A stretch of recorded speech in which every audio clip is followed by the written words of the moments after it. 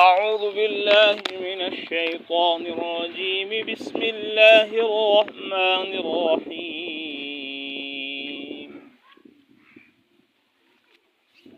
سبح لله ما في السماوات وما في الأرض وهو العزيز الحكيم. هو الذي أخرج الذين كفروا من أهل الكتاب من ديارهم لأول الحشر ما ظننتم أن يخرجوا وظنوا أنهم مانعتهم حصونهم من الله فأتاهم الله من حيث لم يحتسبوا وقذف في قلوبهم الرعب يخربون بيوتهم بأيديهم وأيدي المؤمنين فاعتبروا يا أولي الأبصار. ولولا أن كتب الله عليهم الجلاء لعذبهم في الدنيا ولهم في الآخرة عذاب النار. ذلك بأنهم شاقوا الله ورسوله ومن يشاق الله فإن الله شديد العقاب. ما قطعتم من لينة أو تركتموها قائمة على أصولها فبإذن الله وليخزي الفاسقين. وما أفاء الله على رسوله منهم فما أوجفتم عليه من خيل ولا ركاب ولكن الله يسلط رسله على من يشاء والله على كل شيء قدير. ما أفاء الله على رسوله من أهل القرى فلله وللرسول ولذي القربى واليتامى والمساكين وابن السبيل كي لا يكون دولة بين الأغنياء منكم. وما آتاكم الرسول فخذوه وما نهاكم عنه فانتهوا واتقوا الله إن الله شديد العقاب. للفقراء المهاجرين الذين أخرجوا من ديارهم وأموالهم يبتغون فضلا من الله ورضوانا وينصرون الله ورسوله أولئك هم الصادقون. والذين تبوأوا الدار والإيمان من قبلهم يحبون من هاجر إليهم ولا يجدون في صدورهم حاجة مما أوتوا ويؤثرون على أنفسهم ولو كان بهم خصاصة ومن يوق شح نفسه فأولئك هم المفلحون. والذين جاءوا من بعدهم يقولون ربنا اغفر لنا ولإخواننا الذين سبقونا بالإيمان ولا تجعل في قلوبنا غلا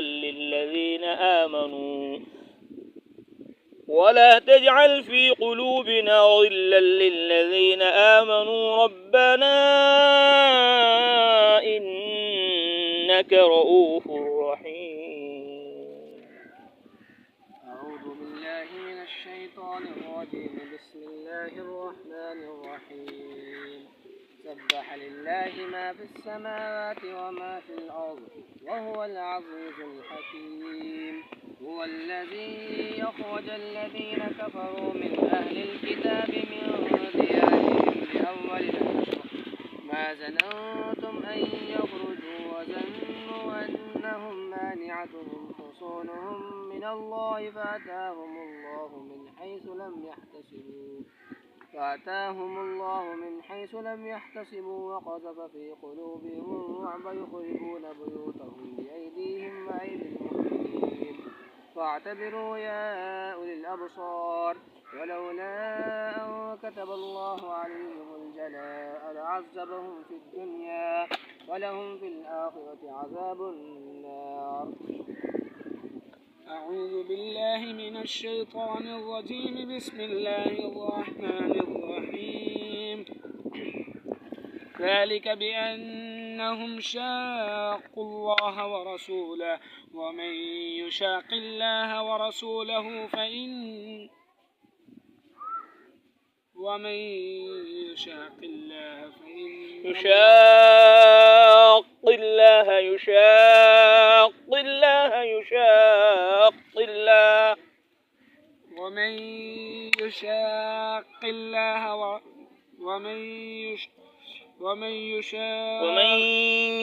ومن يشاق الله فإن الله شديد العقاب. ما قطعتم من لينة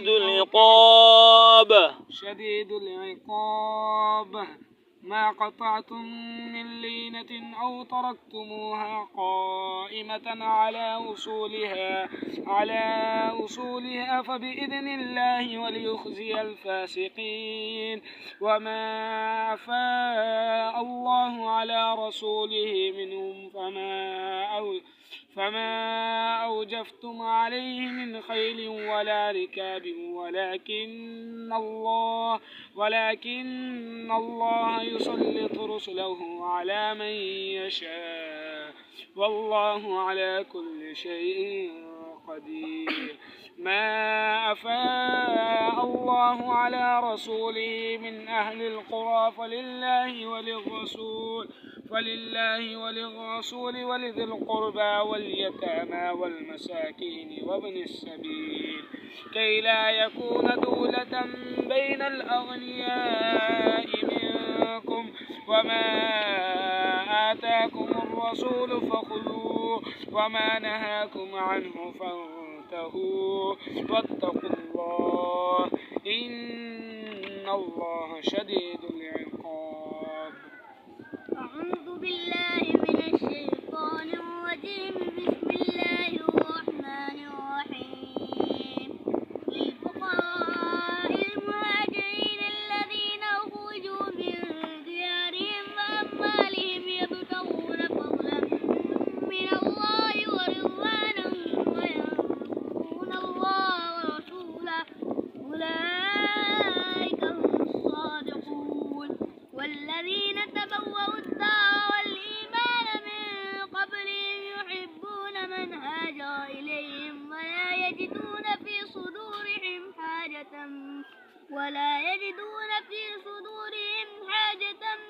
مما أوتوا ويؤثرون على أنفسهم ولو كان بهم خصاصة ومن يوق شح نفسه فأولئك هم المفلحون.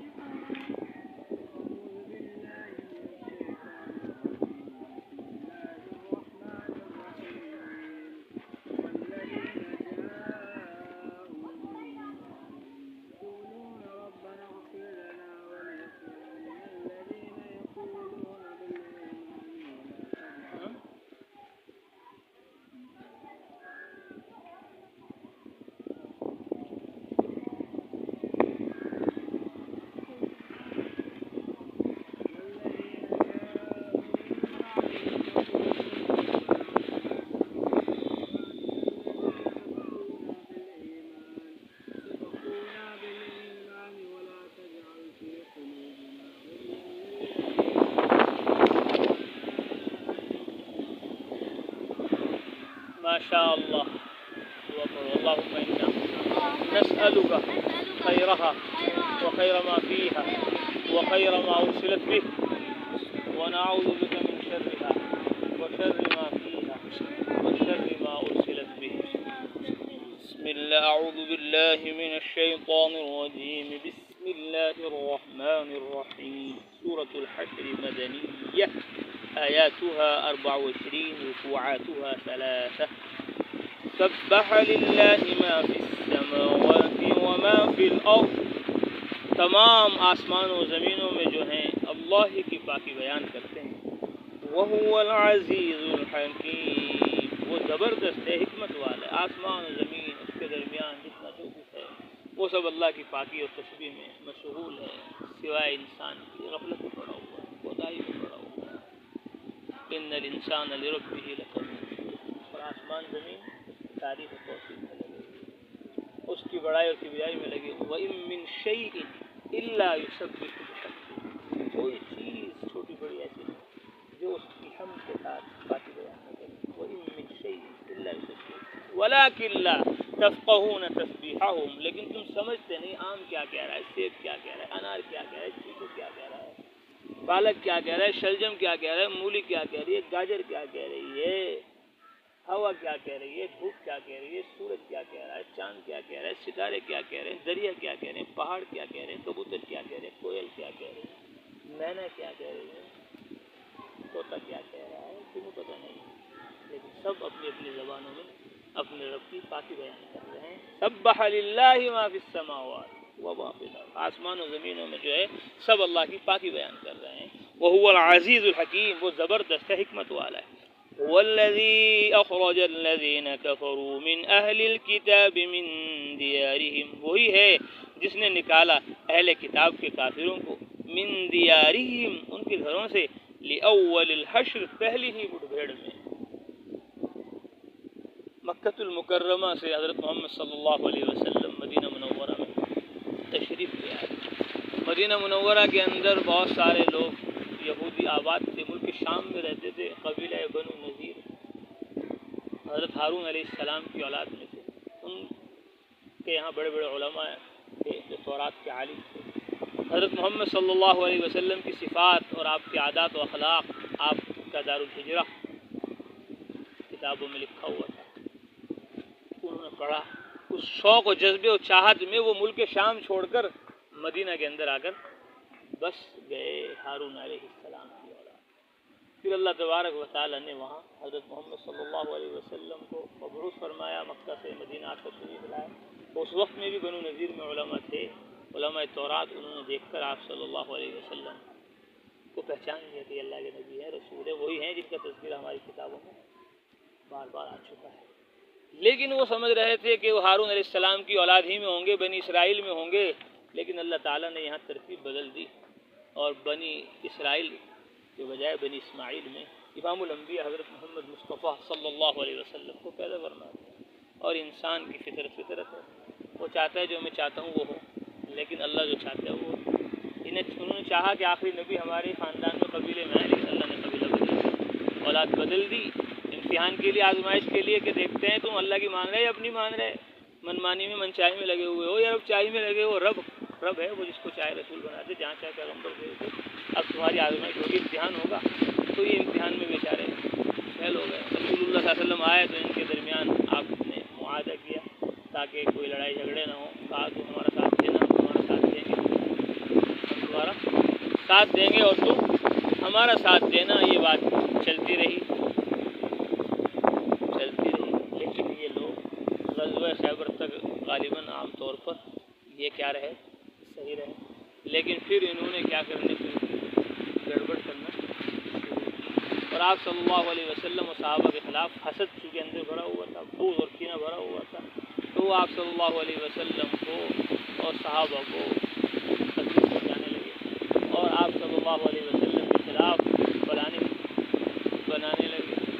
چنانچہ ایک شخص سے قتل ہو گیا, تو آدمی کا اب اس کا خون بہا دینا پڑا. تو آپ صلی اللہ علیہ وسلم نے صحابہ سے فرمایا, لاؤ بھائی پیسے جمع کرو, خون کا بدلہ دینا ہے. اب جب بدلہ دینے کے لیے پیسے جمع ہوئے تو آپ نے کہا بھائی ان کا معاہدہ بھی ہمارے ساتھ ہے یہود کا, لاؤ ان سے بھی پیسے لو تاکہ خون بہا دیا جائے. چنانچہ آپ صلی اللہ علیہ وسلم لینے کے لیے ان سے پہنچ گئے. مدینے میں 2 مہینے فاصلے پر ہی رہتے تھے. تو انہوں نے کہا جی ٹھیک ہے ہم آپ کو دیں گے, آپ یہاں بیٹھ جائیے. اور چپکے مشورہ کرنے لگے. ایک آدمی جائے اوپر اور جا کر بڑا پتھر آسا پر گرا دینا. عمرو بن جحاش کے ذمے انہوں نے کام لگا دیا. وہ پتھر ڈالنے کی فراق میں لگ گئے. ادھر اللہ نے جبریل علیہ السلام کے ذریعے آپ صلی اللہ علیہ وسلم کو بتا دیا سازشیں رچ رہے ہیں یہ لوگ, قتل کرنے کی فکر میں, طاق میں ہیں آپ کی. تو آپ صلی اللہ علیہ وسلم وہاں سے آ کر آپ صلی اللہ علیہ وسلم نے فرمایا کہ بھائی معاہدہ توڑا ہے تم نے, اب ہم بھی تمہارے ساتھ کوئی معاہدہ نہیں, اب 10 دن کے اندر یہ جگہ کیا کرتے خالی کر دو, یہاں جانا ہے چلے جاؤ 10 دن کے اندر. انہوں نے کہا ٹھیک ہے. اب یہ تیاری میں لگ گئے. ادھر عبداللہ ابن ابی ابن ابی سلول منافقوں کا سردار تھا. انہوں نے کہا 10,000 آدمی ہیں میرے ساتھ, میں تمہارا ساتھ دوں گا, کہیں جانے کی تمہیں ضرورت نہیں ہے. تو ان کا حوصلہ بڑھ گیا. تو 10 دن ہو گئے, جانے کو تیار نہیں ہوئے. اللہ کے نبی صلی اللہ علیہ وسلم نے ان کے اوپر حملہ کیا, محاصرہ کیا ان کا. یہ اپنے قلعوں کے اندر گھس گئے اور منافقین چھپ گئے. ساتھ دینے کے لیے وہ کیا نہیں ہوئے, تیار نہیں ہوئے. پہلے بھی آپ نے پڑھ لیا, الم تر الی الذین تولوا قوما غضب اللہ علیہم ما هم منکم ولا منهم لا الہ الا ولا الہ الا. منافق کا کوئی مذہب نہیں, تو وہ چھپ کر بیٹھ گئے اور یہ